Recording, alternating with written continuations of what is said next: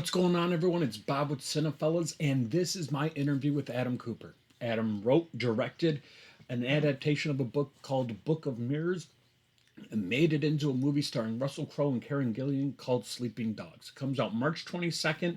We talk about everything from how he came across this to what it's like to work with Russell Crowe. And full disclosure, I might fanboy out a little simply because I thoroughly enjoyed this movie. Take a sit back, listen, let me know what you think. Thank you for taking time with me today, Mr. Cooper. I gotta say, big fan of your work, even previously. Accepted is one of my favorite. Like, that's good. Assassin's Creed. Like, I'm not gonna lie, it's one of the things I have fun with. As much as I could talk about those movies, I want to talk about Sleeping Dogs. I'm a huge reader. I work at a bookstore. I have never heard of the Book of Mirrors at all. I Yeah. gotta ask, how did you come across this? How is this something you found? Um, it came to us through a guy named Puya Shabazian, who we met when we were working on Allegiant many years ago. It was a galley pre-publication. Puya had gotten it from a UK lit agent. The book had already sold at auction in a competitive situation, and so we read it before it was published, and loved the mystery of it, and loved that one of the characters in it, really became kind of the inspiration for the narrative lens through which the film version is told. Absolutely. I have to say I love the way that you made the audience and the like they went on the journey together. Hmm. Yeah, And that's one of the things that I like that I really tried to do in the film, which was use the plot as a mechanism really through which the character is ultimately revealed. There's no omniscient storytelling. You don't ever cut to an event that the character is not experiencing in real time. So I'm glad you liked that. another thing I thought was because I've read a rough summary of the book and what it is, and believe me, I'm trying to get my hands on a copy so I can read the whole thing. Is it mentions the book, or in the book, I should say, it talks about someone writing, but in this one, it really shows us the backstory that obviously we couldn't go on with Russ. We couldn't go on with it. I felt a lot of filmmakers could have, I'll be honest, could have rushed over it, could have glossed over it and just been like a rapid shot. I like the fact that we're with Russell Crowe and we're finding out all these things and trying to figure out, well, is this where we're headed? Is this where we're headed? And I can't speak enough about the fact that you let us go on a journey that otherwise couldn't be done. I'm a huge mystery lover in the fact that I love Agatha Christie, and honestly, I don't know anyone who doesn't. And this felt Christie-esque, if you can, because you're guessing and trying to solve a mystery the entire time as well. Right, right. Um, yeah, it's funny. In an earlier edit, there was a lot more of the book, meaning visually that narrative, where Richard Finn is talking about having met Laura Baines and the way he met Professor Weeder, and everything that transpired. There was more of it. And it's interesting when you start testing it, people say things like, well, I feel like we're away from Russell's character for too long. So there were iterations where there was actually more of that. No, I absolutely love that. I thought that yeah, if you would have gone away from him for any minute, it would have been Russ. It wouldn't have felt as in touch with Hmm. everything. Now, congratulations on this being your debut, and honestly, what a debut. You're really setting that bar high for your next project. Oh, thanks, man. Did you like Now, did you like the movie? oh, loved it. I honestly did. I can't wait for this to come on physical media. Obviously, digital's great and all, but I love having same with my books. I have bookshelves all over the place that I love a good spine. Oh I yeah, like to have my hands on it. I like to be able to do stuff as opposed to cool. just letting it. And yeah, I'm gushing over it. I have told a lot of people about it with the premise, nothing else about it, obviously. But I'm saying, hey, this is a good one, and kind of gave a summary. Now, when you're making this, when you're hashing out everything and thinking about, all right, who do we want to cast? I mean, obviously, Russell Crowe's a huge name. Was this something that you were going for? Like, was he the only name on the list, or you know, uh, were there a couple actors in mind? Because it's a character bereft of memory, he comes with a very kind of complicated humanity. And I don't think there's anybody who's better at playing characters like that than Russell. Um, so it was just a great gift to be able to, to get him. Um, you know, you always, when you're building a project, you always responsibly have a list because you can only have one person. Um, um, really just purely because like people are busy, like all so yeah, there were other people on the list, but I wouldn't want anybody other than Russell. Um, but that's just par for the course. I have to say, you also did something that no one has done yet, and that's make me dislike Karen Gillan. Like, I'm a Doctor Who fan, like Yeah, yeah. obviously Guardians. I have loved her in any iteration that I've seen. This is the first time I ever saw her on screen. Was like, no, I don't. I'm not a fan. I don't want this person. So that's another thing. How obviously I think there was some intention of you're not supposed to trust her or anything like that. Was it hard to turn a character that obviously so many people associate with a big name? Like I said, there's Doctor Who, there's Guardians of the Galaxy. Someone like this feels like a different turn for her. Like she Yeah. pivoted and really embraced this. Did you find that as well? Yeah, and deliberate. I think there's a perception about Karen and what Karen's work is. She plays a blue creature in Guardians. She's really sort of big and funny in Jumanji, and then there's of course, her following is Amy Pond. I don't think that she gets enough credit for her dramatic work.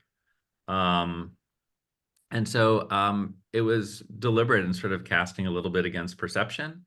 And it's also, a character who wears a lot of masks.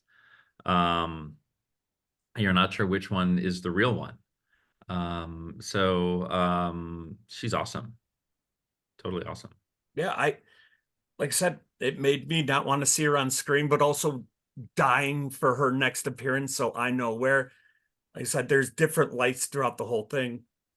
Now, obviously being the writer and stuff like that, what was your goal? Like, I want to know what I ask anyone who's written anything. Yeah. What was your goal? What is the response you want from anyone taking in your work? What is that reaction that makes me go like, I did that? You know what I mean? Like, Um, I I achieved what I wanted. I want them to be moved in some way, right? I'm not trying to have them be moved in a specific way, but I would much prefer people hate it, not feel anything, right? But look, ideally, you hope that the work and the story and Russell's character journey is somehow evocative for a viewer, that it stirs something up in them, that it makes them think about memory and the role that memory and the awareness we have of our past plays in shaping who we are as people, right? And uh, if something bad happened to you, is it better to forget it? Is ignorance bliss better than sort of the authentic existence of knowing and having to live with what you know? I mean, I think we all have things that we wish that we could forget. Um, and so I hope it sort of stirs things up like that on sort of a thematic level, but I also hope it's sort of forward leaning is just kind of a mystery yarn that you're, leaning forward and wanting to know what's going to happen and on the ride and having fun. There was a part, at least for me, and I hope it's with everyone else, that there's almost a childlike element to Ray in the beginning of the movie because he's just coming along, he's looking through a set of eyes like there's this childlike thing. And as everything starts happening, you feel bad because now he's being exposed to the elements. He's starting to see, and he's, Right. like you said, he's breaking through that wall of stuff that we like. It's a whole different type of repressed memory. Yeah, he's put in a very vulnerable position, right? because as he engages in this mystery and starts interacting with people, he's interacting people who know him, but who he has no memory of. So he doesn't know if he's dealing ultimately with friend or with foe. So he's always on his heels a little bit.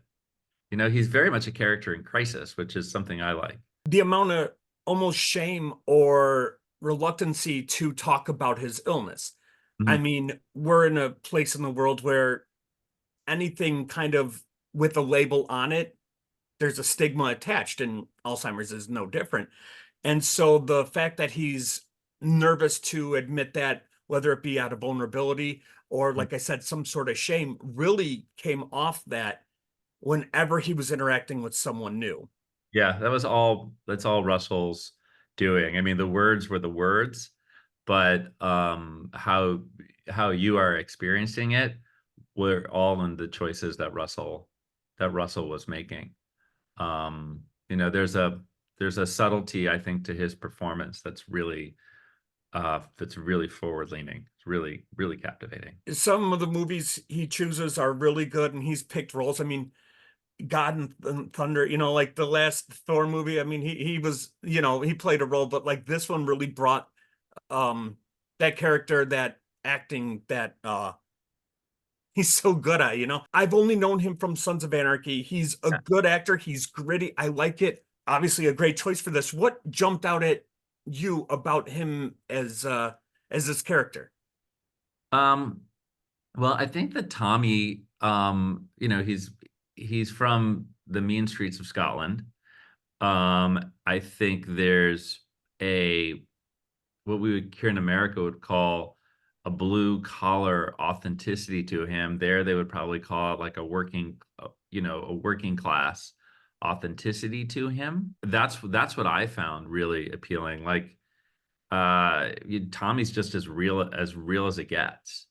And I just think also like incredibly subtle actor, does a tremendous amount with just look and diction and um you know like neither Russell or Tommy are doing big dramatic things, but that both of them have this really incredible intensity that comes out even when they're not speaking.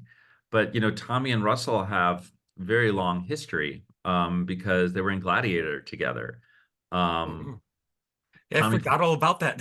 yeah, Tommy played Cicero. Um, when I first met Russell, it was in I think November of 2022. Um, and we were sitting down talking about who was going to play Remus. Uh, Russell suggested Tommy. And I just thought that was a great idea. Um, Tommy's the best. He's awesome. You could tell that I didn't remember the Gladiator thing, but there was some sort of chemistry between them that it felt like a long-standing thing. Plus, where you shot everything worked as well. So obviously, big fan of this movie. What's the next project? I'm curious. Where do you go? Because, like I said, you set that bar high for your debut. What's the sophomore thing? I'm working on this other project that's kind of sort of an elevated sci-fi piece that also deals with identity in the same way that Sleeping Dogs kind of deals with identity, sort of a character who is sort of having an existential crisis about who they are. Um, it's sort of structured mosaically, like a movie like Traffic or Syriana or 21 Grams, you know, a mosaic of characters who each have seemingly individual storylines that intersect. It's about a woman who is fighting for her life and finds out something much bigger about humanity in the course of doing so. Well, I'm looking forward to that too. Well, thank you so much for your time, Mr. Cooper. I can't say enough about this movie. I can't wait for there to be a physical release so I can put it right up there with all my other stuff. But Thank you. congratulations again, and just know that you already a fan of your work, but this movie hit right up there for me. Thanks, Bob. I really appreciate it. I warned you I was fanboying out a little bit. But again, Sleeping Dogs, great movie. It's a good cop drama slash mystery. Russell Crowe made me remember that he could act. Karen Gillan was fantastic, as you can hear in there. It made me dislike her, which is hard to do. But all in all, again, Sleeping Dogs, March 22nd, in theaters and streaming shortly thereafter, I believe. So, again, Sleeping Dogs, y'all have a good night.